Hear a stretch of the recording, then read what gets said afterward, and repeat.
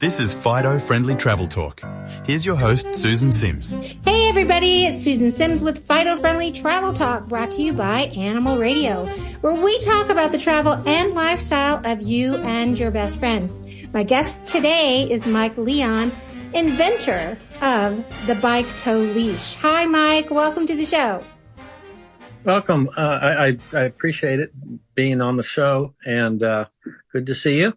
Yeah, good to see you too. I know we've known you for many, many years, and the Bike Tow Leash, I guess, is one of those things like, geez, why didn't I think of that? But give us a little background about that. We're all for getting outdoors with our pets and exercising in a fun way, and this kind of fits the bill on that. So tell us what it is and how you came about with this great idea.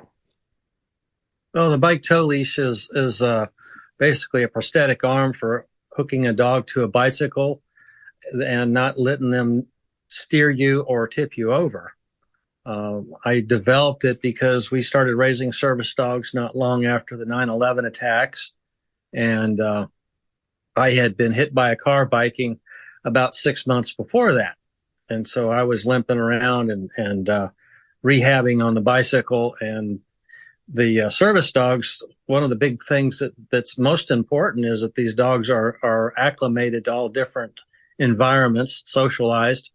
And my wife, Betsy, would need to take Tribute, the first dog, to work and expect a 6-month-old Labrador to sleep under her desk on the 4th floor until lunch. And so she would tell me she had to be at work by 7 a.m. She'd tell me, you got 15 minutes to get the energy out of this dog, and I'm limping around. So I decided I wanted to ride the bike with her, and because I was doing that already and riding my kids to school, which is about a 5-mile round trip, which is just like the perfect distance. So I looked up what was available, the things that hooked to the seat post and stuff way up high on the bike, and I couldn't feel safe with one of those, and they wouldn't fit on my bicycle. I had one of the very first dual suspension mountain bikes, and it didn't have that area on the bike to attach to.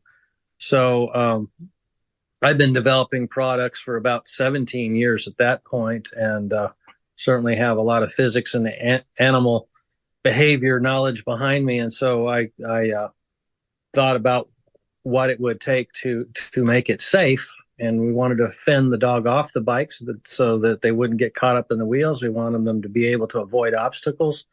Didn't want them to tip or steer us. And so if I could overcome all that, then I could get the blessing of the raising organization to let me ride with their dog, because with the other products on the market, they said no. So anyway, I decided I would mount it below the center of gravity of the bike so that if the dog pulled, it wouldn't tip over onto the dog, it would fall away. And I needed to be close to the rear axle, because that's where the tire hits the ground below that. So if you're forward of that or behind that, then if the dog pulls sideways, it's steering you. So we get as close to the axle as we can, and it seems to work quite well. We adjust it to touch the dog in the side so they can tell exactly where the bike is, and by how much pressure it will touch them in the rib area, they can feel that. They know how close they can get. If there's an obstacle coming up, they'll automatically slow down if it looks a little close. And as the bike continues forward, to put the dog right behind you. And as soon as they clear the obstacle, they get an instant loose leash reward for coming back beside you as your companion. So it's a great training tool. It thinks faster than you can. If you're on a regular leash with your dog and you come up to somebody on the sidewalk and start talking, you may maintain pressure on that leash, which is telling the dog, "Oh, I'm nervous. I have fear of this person or something," and so you might get a bad reaction, especially if this other person has a dog as well. Mm-hmm. Well, when I look at the Bike Tow Leash, it's a stationary, in lack of a better visual, like an arm. So it's not anything that's going to move, because I know what you're talking about, other products that were like that. And it's just brilliant the way it's out there just far enough. And then you have the connector for the leash or the harness. And so I guess my question is, what's the learning curve for a dog to kind of do this? Do you start with walking them next to the bike with the apparatus, or how would you train the dog? Well, it depends on how much you know about your dog. If your dog is a rescue and you don't have any history on them, you might use a lure and walk them next to the bike and just see if they have any fear for it. If they don't, then as far as they're concerned, it's just like having your hand on their collar. And so most dogs, you hook them up, and by the time you've made a couple of slow turns, they've got it, because there's not really much for them to do. They have the freedom to stop and sniff and have a 2 to 3 feet of leeway before they would get jerked by the bike. So it gives you time to slow down. It's got some spring action to it in the black coupling area.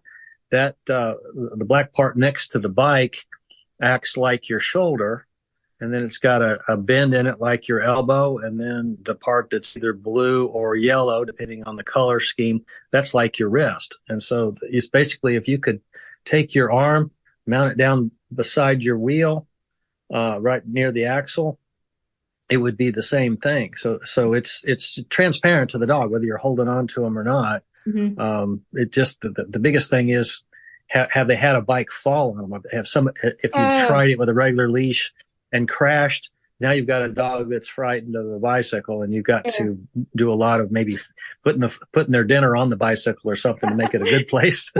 Well, is there a size of dog that might be too small? I mean, we have a 12-pound, she's a Chihuahua Jack Russell, they think.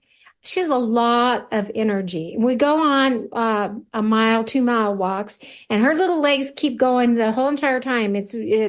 We have to keep up with her.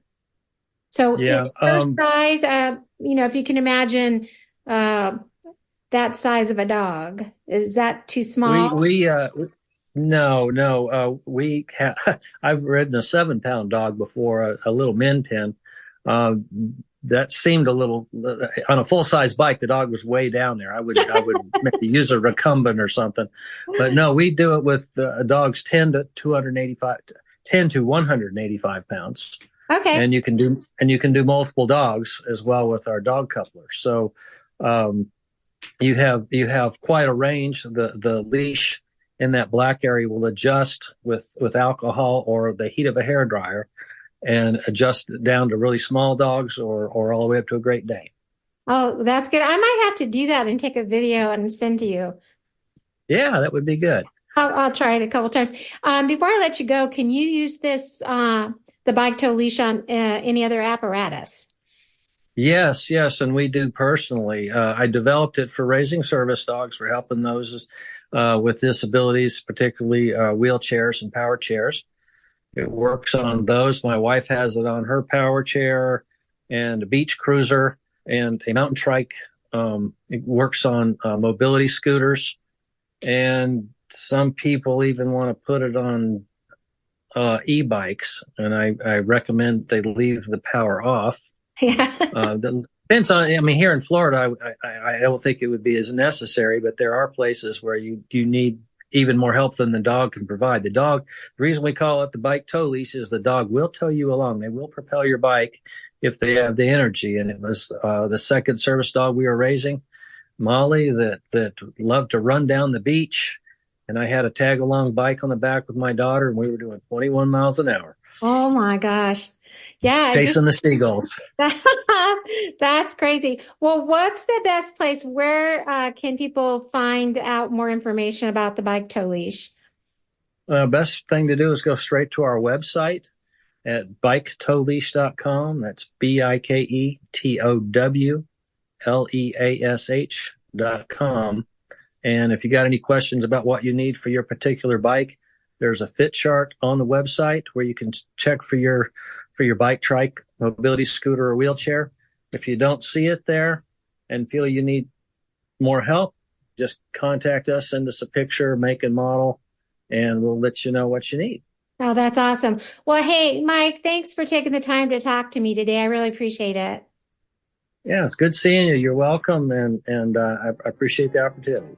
You bet. For more information about today's show or just about traveling with Fido, log on to FidoFriendly.com. Until next time, remember, travel safe and leave no dog behind. This is Susan Sims, Fido Friendly Travel Talk.